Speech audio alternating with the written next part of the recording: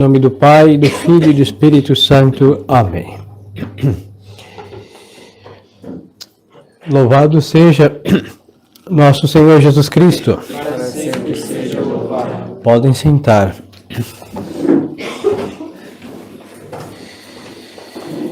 Estimadas almas, vamos seguir esses sermões sobre a formação a respeito da nossa conversão. E continuando aqui com o mesmo autor, Robert, Deus sabe quem foi, quando viveu, deixou uma boa obra.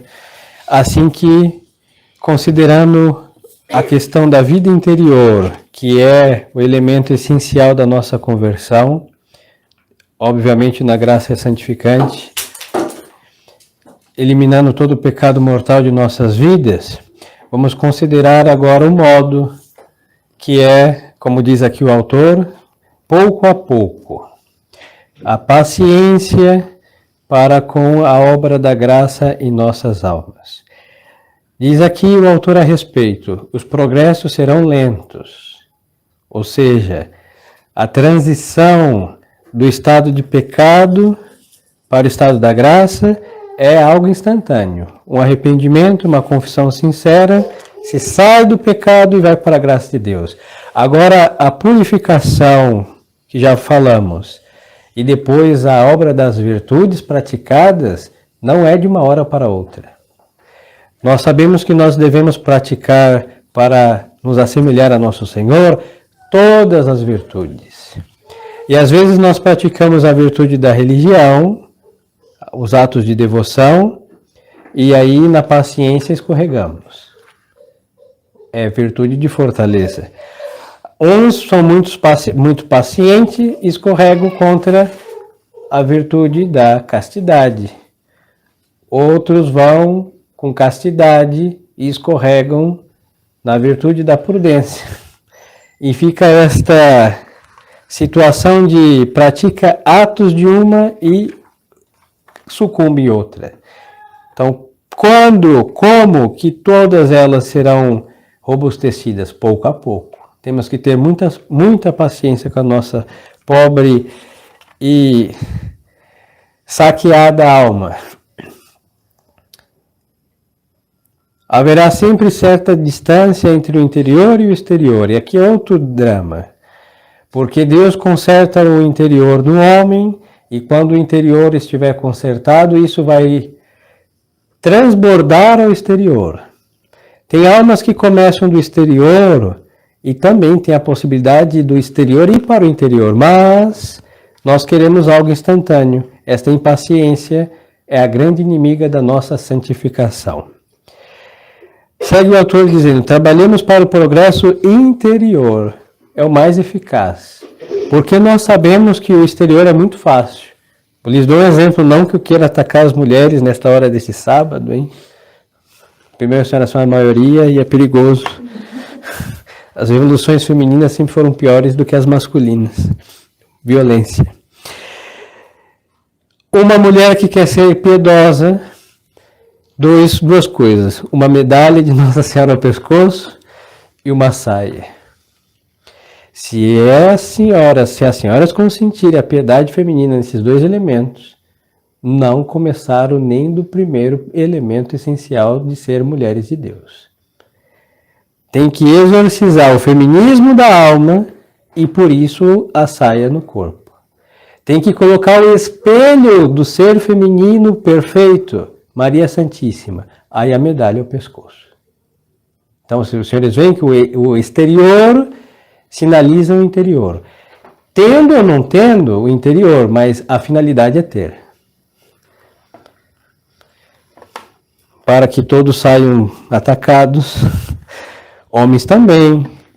Nós exorcizamos as calças jeans, os shorts da vida, mas aí precisa da maturidade viril no interior. Porque os shorts são de homens pela metade e às vezes estão todos muito bem vestidos, mas o interior é um adolescente barbado. Então não é somente um ato externo. O ato externo deve impelir ao interior, senão vira farisaísmo. É o que Nosso Senhor condenou nos fariseus. Por fora era a lei de Moisés impecável, nas franjas do vestido, nos versículos da lei na testa, mas no interior, sepulcros, disse Nosso Senhor, por fora caiados e por dentro apodrecidos. Então a nossa empreitada deve estar no interior. Aí o que? Os meus pensamentos. Os outros não conhecem o que penso, mas Deus conhece. Meus desejos, os outros não sabem, sejam nobres, sejam desequilibrados, sejam deturpados, Deus conhece. Então a preocupação da alma é o quê? O que Deus vê. E Deus vê o interior e o exterior.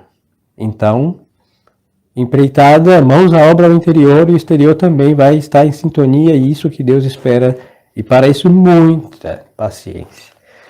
Eliminamos os maus desejos, maus pensamentos, o modo de vestir errôneo, as ideologias malignas que às vezes veio via leite materno, o ar infecto que respiramos, e aí pouco a pouco, do mais agressivo, do mais danino ao menos, e depois a obra da graça estará completa.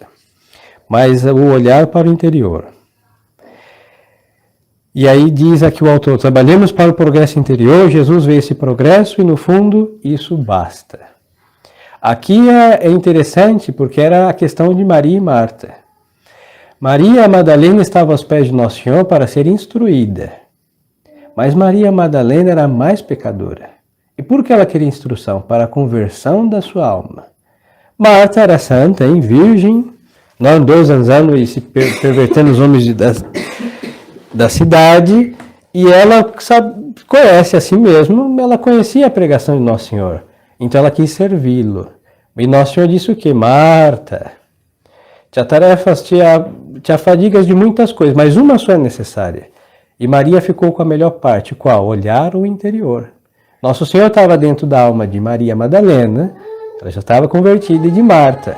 Marta estava muito mais, porque há muito mais tempo que nunca a graça de Deus saiu da alma de Marta, que era uma mulher que cumpria a lei de Moisés, vigente até então, e a virgindade no corpo, a retidão, o serviço contínuo. Mas ninguém está eximido de ouvir Nosso Senhor. E a palavra que entra pelo ouvido vai lá no intelecto e na vontade, e aí é o lugar que Deus quer acertar. Então, para Nosso Senhor, o esforço de quem busca a conversão interior basta. Porque quem busca a conversão interior, busca a conversão total. Vai redundar no nosso exterior também. Por isso, não é verdade quando as pessoas falam, Deus quer o coração. Não importa como você se veste, se você vai à missa, se você reza. Não, Deus quer o coração. Não, Deus quer tudo. E quando Deus está no coração, todas essas coisas também estão em sintonia com a modéstia, com a virtude e com a retidão, segundo Deus. E aqui o autor segue a dizer, é pouco a pouco e mantendo-nos muito perto de Deus pelo coração que alcançaremos esta igualdade de alma tão desejável. Aí então os senhores veem que não são somente idealizar a limpeza moral, a retidão, a santidade, mas é uma vivência com o nosso Senhor.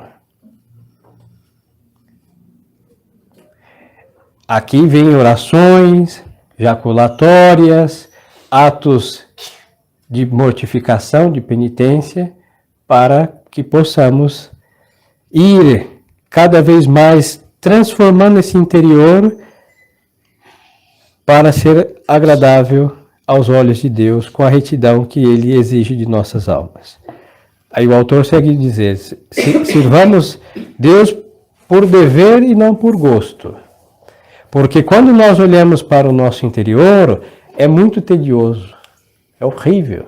Porque nós olhamos o que nós somos, mazela. E o que Deus quer?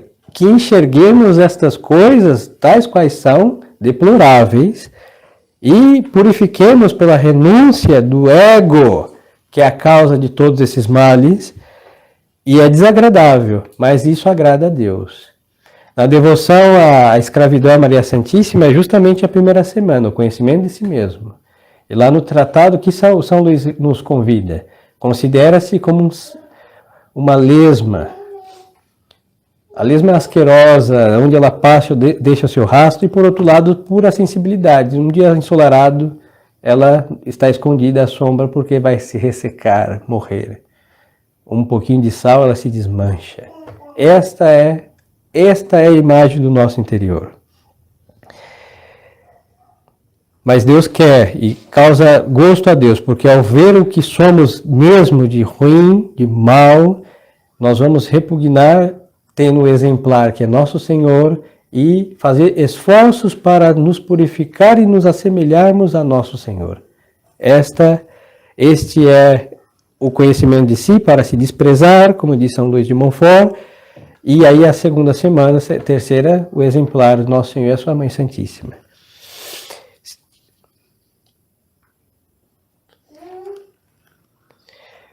E aqui o autor vai dizer: aceitemos com simplicidade a humilhação dos nossos defeitos, porque ao enxergarmos o que somos, nós mesmos nos humilhamos. Aqui é a questão da soberba, não? Se eleva a ser igual a Deus ou maior que, mas quando a alma olha para si mesmo, vê que é um nada. Nós somos Deus estralou o dedo e criou, e se estralasse de novo, podia nos mandar ao nada. Então nós somos fragilíssimos, nós não somos nada, e nosso Senhor disse: em mim nada podeis fazer. Então esta humilhação é humildade, e as nossas mazelas, nossos desatinos nos humilham, mas não é para causar uma depressão. Pelo contrário, é ver que sem Deus só somos capazes de estupidezes, e então vamos com Deus ser capazes de fazer proezas, virtudes. E segue o autor a dizer, pão um pouco duro, mas muito nutritivo, contentemos com a graça de Deus. É duro, e às vezes tem que comer secamente, goela abaixo, mas esta cruz de Cristo é a que robustece a alma, é a verdade. Nós somos o que somos, mas o que somos agora não podemos ser para obtermos a salvação. Desespero? Nunca. Esperança em Deus e mãos à obra.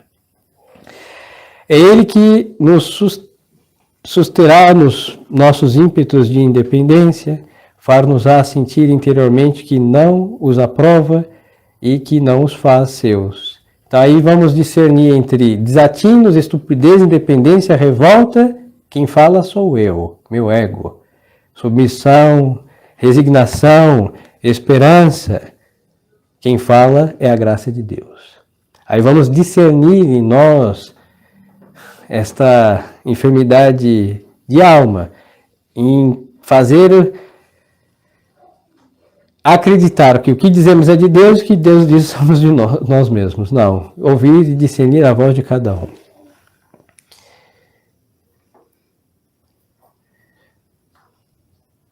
E aqui o autor deixa claro, nosso Senhor, cujo alimento era fazer em toda parte sempre a santa vontade de seu Pai. Aqui nosso Senhor na paixão, no começo da sua paixão, fala a humanidade do Redentor. É Deus verdadeiro e homem verdadeiro. Quando ele está a orar no Jardim das Oliveiras e ver o que lhe compete passar, o que nosso Senhor diz? Pai, afasta de mim esse cálice. É a natureza humana que reza. Mas, contudo, que não se faça a minha vontade, mas a vossa. E qual era a vontade do Eterno? Que ele bebesse a última gota do cálice.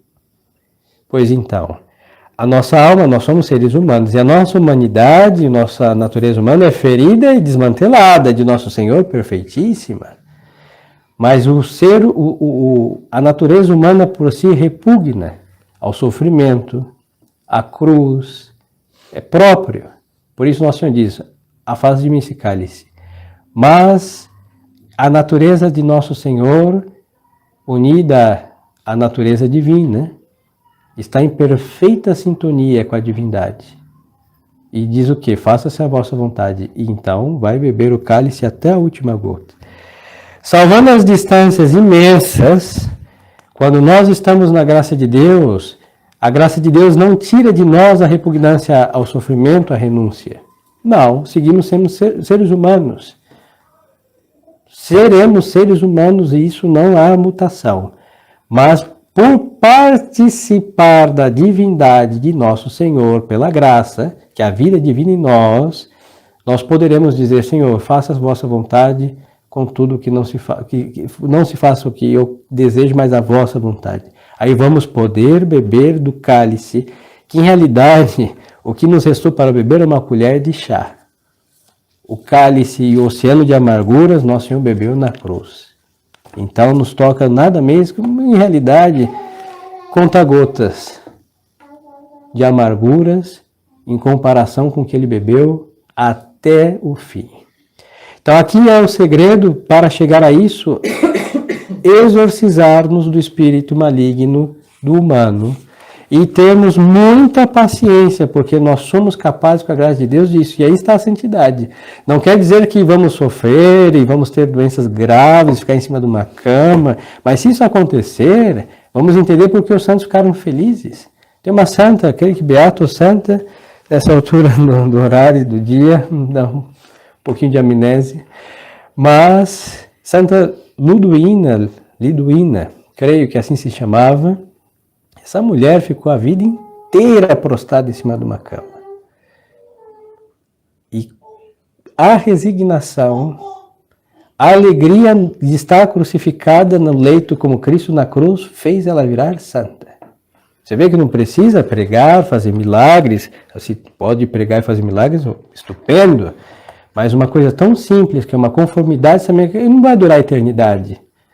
Mas ela vai ser purificada e vai santificar com méritos que no juízo final, vamos ver a altura, fez com que ela, doente, virasse uma santa. Então, queridas almas, para chegar aí, nós temos que ter muita paciência. E este pouco a pouco é sempre avante. Hoje, um dia, algo, faço tal coisa. Se há um retorcimento, exame de consciência, perdão, Senhor, faço mais um pouquinho. Mas nunca podemos apressar as carruagens de Deus. Nunca. E lembrar da nossa humana fragilidade, que se fazemos tudo com muita pressa, em pouco tempo vamos desistir. É como aquele que quer carregar toneladas. Em toneladas ninguém carrega, mas se sente o fortão e carrega mais do que a sua própria musculatura é capaz, depois não conseguirá carregar nada porque seus músculos estarão destruídos. Assim que temos que fazer exercícios espirituais, começando de interiores, para poder carregar a cruz que nos compete. E hoje ela parece ser insuportável justamente porque falta robustecer a musculatura da nossa alma pelos exercícios da vida interior, esta união, essa intimidade com Deus nosso Senhor. E conclui o autor a dizer, e o padre também, quando tivermos a certeza de que já não pertencemos a nós próprios, de que somos totalmente dele, as dificuldades de caráter diminuirão muito, e junto com esta, todas as outras dificuldades, portanto, deixa-nos ficar na dependência de Jesus nosso Senhor. Então, quando nós nos confessarmos, não somente para eliminar os pecados mortais ou veniais deliberados, isso sim sempre acontece com a confissão bem feita, mas para o quê? Viver da vida da graça. Aí nós vamos o quê? Nos assemelhando no nosso interior a nosso Senhor. No nosso pensar a nosso Senhor. Nosso Senhor, em outras palavras, tendo-as no bom sentido, vai nos seduzindo para a virtude. Vai nos seduzindo para a retidão, para o céu. E essas coisas que hoje nos prendem, um dia ficarão sem sentido. Vamos olhar para trás, mas os bailes, as comidas, que não ficaram amargas, mas perderam aquele encanto que fazia brilhar nossos olhares. Por quê? Porque o que Deus nos preparou é infinitamente maior do que o que agora nos seduz e nos arrasta para o fundo do abismo. Então, queridas almas, este é o encanto. Sair do pecado, e a teologia nos ensina com toda a verdade que quando não estamos em pecado, nós temos a vida de nosso Senhor em nós. Por isso o diabo, o mundo e a carne putrefacta investiu muito contra os sacramentos. investiu muito contra a estrutura eclesiástica, porque fazendo com que a sociedade viva da vida de Deus, a sociedade é a cidade de Deus nessa terra. Isso é o que chamam uma Idade Média, que a cada esquina tinha um santo. E a universidade pululava os santos. E hoje, pela ausência da graça de Deus, vai à universidade e se encontra o quê? O inferno. O mestre dos mestres é o próprio Lúcifer que está ali ensinando as suas diabruras e pervertendo todo mundo. Vamos à cidade, encontramos o que? A Babilônia, seja qual for a cidade. Porque na ausência da graça reina a desgraça, e assim é, infelizmente tem sido, porque as almas não querem, porque é o espírito humano que, inclusive nos que estão em graça, que freiam esta dependência da vida de Deus em nós. Em outra coisa, em outras palavras, não querem ser santos, porque acham que ser santo é coisa de predestinados que já foram lá determinados a virar uma arte virgem, confessores, e não é a nossa, não foi assim determinado por Deus. E não é o que está escrito. Se Nosso Senhor disse, sede perfeitos como vosso Pai é perfeito, Ele está dizendo a todos. Infelizmente, poucos que ouvem, e são poucos os que assim se portam. Então, peçamos a Deus Nosso Senhor, celebrando a festa do Mártir São Pedro, essa graça de viver esta vida de Deus em plenitude, mas para que esta plenitude reine em nossas almas, ter paciência e deixar o templo do Divino Espírito Santo, mais uma paciência diligente. Sabendo que, bom, não vamos ter séculos para nos santificar, mas o tempo que temos é o tempo oportuno. E cada dia avante. Louvado seja nosso Senhor Jesus Cristo. Em nome do Pai, do Filho e do Espírito Santo. Amém.